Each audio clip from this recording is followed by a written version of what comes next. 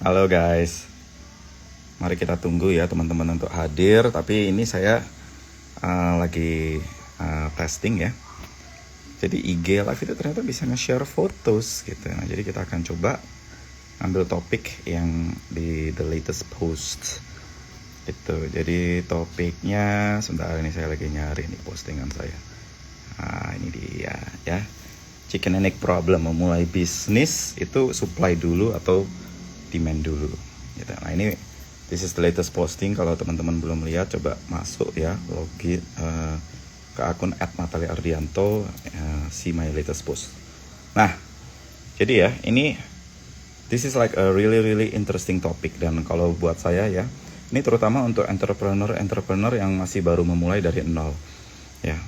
Please do remember, jangan ya selalu berpikir tuh inovasi gitu ya. It is wrong gitu, karena purpose kita sini adalah solving customers problem. Dan enaknya kita negara Indonesia adalah kita negara berkembang ya, berarti ada negara maju ya kan.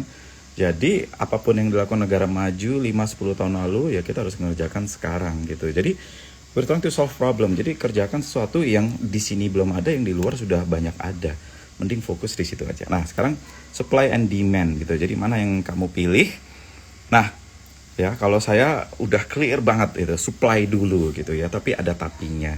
Ya, itu supply yang ada demand-nya. Loh, Nat, maksudnya apa sih supply ada demand-nya? Contoh nih ya, kalau kalian lihat nih, kayak tiket.com ya. Tiket.com itu kita supply-nya siapa sih? Kalau maskapai, Citylink, Garuda, Mandala waktu itu ada ya kan.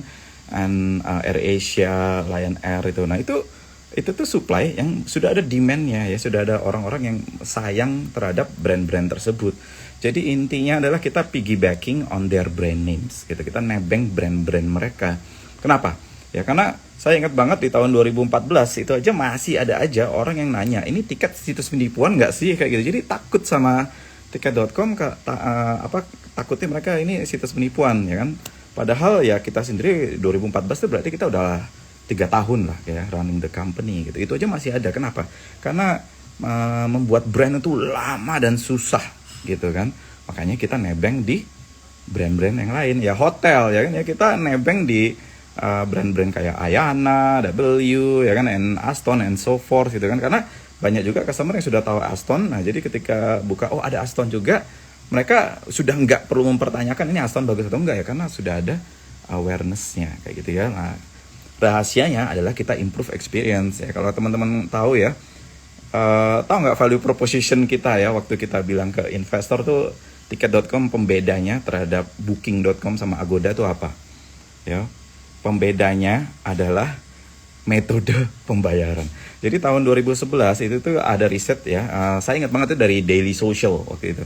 Itu riset itu menunjukkan bahwa hampir 70% itu bank transfer ya kan. Dan ya booking.com, Agoda itu tuh kartu kredit doang ya. Dan di situ kita juga menemukan kalau kartu kredit itu penggunanya cuma 10% populasi Indonesia ya kan. Bahkan dari 10% populasi Indonesia itu tuh pengguna kartu kreditnya tuh banyak yang double gitu ya. Jadi sebetulnya real head count-nya tuh jauh lebih kecil kayak gitu. Tapi satu orang tuh dulu ya bisa sampai megang 2, 3, 5 kartu kredit bahkan gitu kan.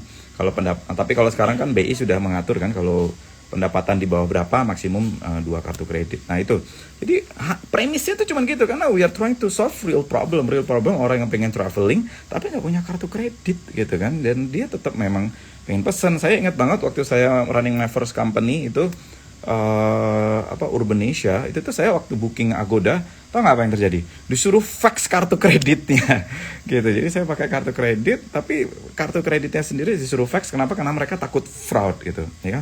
That's how awful the experience was gitu. Jadi waktu kita memulai tiket jadi kayak catch fires. Kenapa ya? Karena banyak yang memang pengen bertransaksi online tapi nggak ada akses gitu kan. Dan terutama situs-situs maskapai waktu itu ya belum banyak yang online juga. Waktu itu yang online saya masih ingat cuman terutama AirAsia ya, karena AirAsia itu dulu mereka nggak buka agen offline, mereka pure online kayak gitu ya.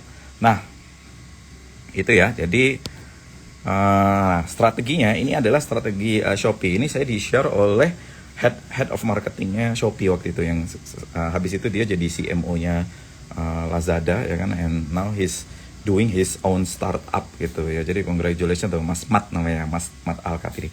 Jadi dia cerita, jadi dulu salah satu strateginya adalah mereka meng-acquire ya Instagram seller yang rame ya kan, yang followernya sudah banyak tapi belum ada di platform manapun gitu. Nah, jadi apa yang mereka lakukan adalah mereka ajak ke Shopee ya, ditawarkan bebas ongkir.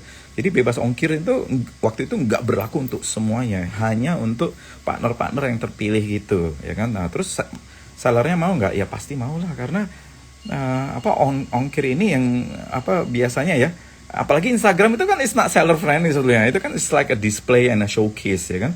And then any other transaction tuh harus offline ya kan, harus chatting, harus WA and so forth gitu. By the way ya, ini pesan untuk Instagram dan Facebook nih ya, you have to be more more open gitu. Karena saya sendiri ini Jovi sama Lifepack, kita nggak bisa punya shop di IG gitu kan. Tapi kenapa? Karena kita produk suplemen dan obat-obatan lah, quote unquote ya kan. Bahkan MBTI trainingnya istri saya waktu saya mau taruh di Instagram shop ditolak juga karena itu produk digital. Oh my god gitu. Jadi yang hanya bisa live itu cuman satu, yaitu buku In the Mind of Natalie Ardianto gitu kan. Jadi ini konyol banget sih, ini IG sama Facebook tuh kalau nggak mengubah cara mereka memberikan opportunity kepada seller sih pasti akan mati. Ini apalagi muncul nih Clubhouse ya kan, lagi catching fire, and also TikTok gitu. Nah gitu ya, dan ya ini jadinya kan sellernya happy ya kan. Wah, satu, margin mereka bersih ya kan. Dua, nggak perlu ngitung-ngitung ongkir ya, karena sudah dihitungin oleh Shopee, dan malah ya untuk mereka sendiri free ongkir kayak gitu. Jadi ini ya, para Instagram seller akhirnya ya, Instagram itu cuma jadi showcase ya, funnelnya sudah bukan terus suruh DM atau chat, tapi disuruh ke Shopee untuk melakukan transaksinya. Jadi IG itu tuh hanya untuk display saja, tapi funnelnya adalah Instagram gitu ya. Terus sellernya happy ya kan, konsumennya juga happy karena nyaman ya kan, and then ya Shopee-nya juga happy gitu ya. And you know what, bahwa ini adalah strateginya B2B ya, B to B to C ya. Jadi kita sebagai B kerjasama dengan bisnis B yang punya akses ke C, consumer gitu. Ini bukan target B2C. Kalau target B2C tentunya kan kita punya produk sendiri, terus kita kohar terus dan cari konsumen. Caranya gimana? Marketing, diskon and everything ya kan, ngabisin energi ya kan, ngabisin waktu, ngabisin uang. Ingat dulu di zaman 3 itu kita marginnya kecil banget, so we don't have the luxury of discounts. Jadi dengan strategi kayak gini itu sangat-sangat menghemat ongkos marketing kita gitu. And then strategi B2B ini actually works. Nah, ini adalah kutip dari Pak Pat ya, Pat O'Riordan. Ini nih, beliau itu tahun 2011 tuh mengundang kami ya, delegate dari startup lokal, saya, istri, dan Oli ya, dan satu inisiator itu ke Irlandia. Jadi tahun 2011 itu di Irlandia itu ada namanya Enterprise Ireland, itu inkubator untuk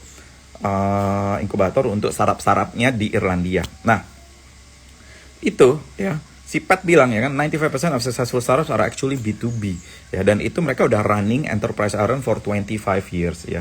Jadi kalau ditarik ke sekarang ya 25 plus 10 gitu. Jadi udah 35 years sekarang gitu kan, dan mereka strateginya adalah B2B ya kan. Jadi startup yang presentasi ke kita waktu itu semuanya sebetulnya B2B ya kan.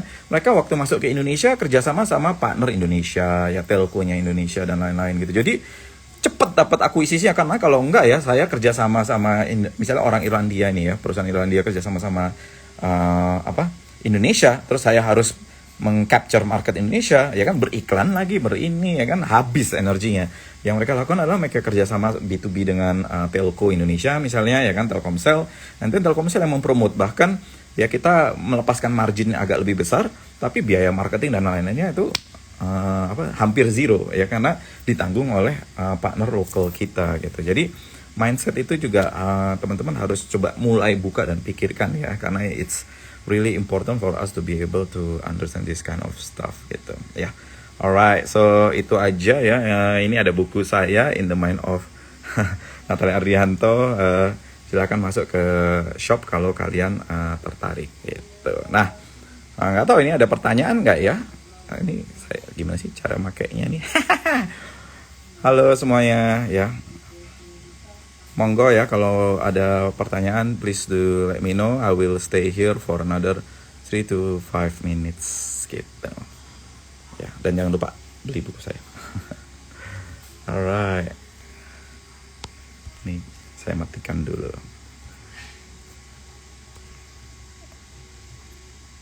Yang unfortunately nggak ada ya bro, Google Booknya. Kenapa?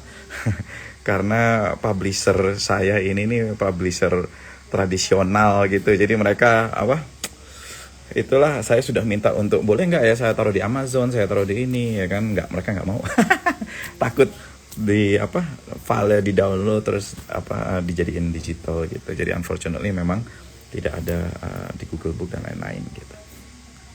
Ada lagi teman-teman tentang topik ini. I think this is like a really good topik, karena banyak teman-teman yang ya kayak orang susah gitu loh ya kan, udah uangnya dikit ya kan, tapi mikirnya selalu gimana caranya cari konsumen secara langsung, padahal banyak teknik yang bisa kita lakukan untuk mengakuisisi user gitu ya. Mungkin kalau nggak ada pertanyaan itu aja ya guys, thank you so much. Ini saya lagi testing ini kemampuannya IG Live yang bisa menampilkan gambar secara langsung ya kan, and I hope you like it ya kan, and let me know in the comments, terutama di IGTV-nya nanti kalau ada follow up questions. See you guys.